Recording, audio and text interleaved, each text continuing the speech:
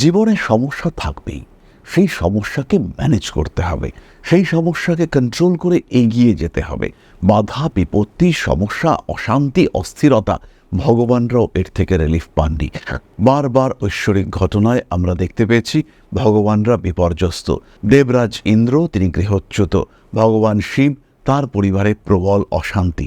সুতরাং ঝামেলা থাকবে, কিন্তু এই অশান্তির মধ্যেও নিজেকে ভালো রাখা যাবে।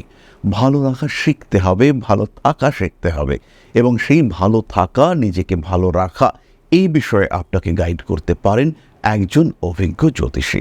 আপনি যদি ভাবেন যে জ্যোতিষীরা আপনার ভাগ্যকে সম্পূর্ণ বদলে দেবে, তা কিন্তু নয়।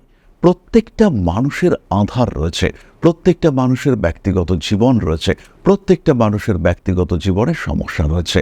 সেই আধারের সম্পূর্ণ মেরামত করা যায় না। যদি সেটা যেত, তাহলে ভগবান শ্রীকৃষ্ণ কখনোই মহাভারতের যুদ্ধ হতে দিতেন না।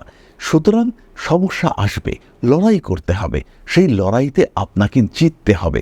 বাধা বিপত্তি আসলেও তাকে কিছুটা হলেও অতিক্রম করা যাবে, নিজেকে শান্ত রাখা যাবে, এবং এই শান্ত রাখার পথে আপনাকে গাইড করতে পারেন আপনার জ্যোতিষ বন্ধু, আপনাকে গাইড করতে পারেন আপনার গুরু। সুতরাং নির্ভর করতে হবে সঠিক মানুষের উপর। নিজের জীবনকে সুন্দর স্বচ্ছন্দ করে তুলবার পথে জ্যোতিষশাস্ত্র, এই শাস্ত্র কিন্তু আপনার সারথি হয়ে উঠতে পারেন।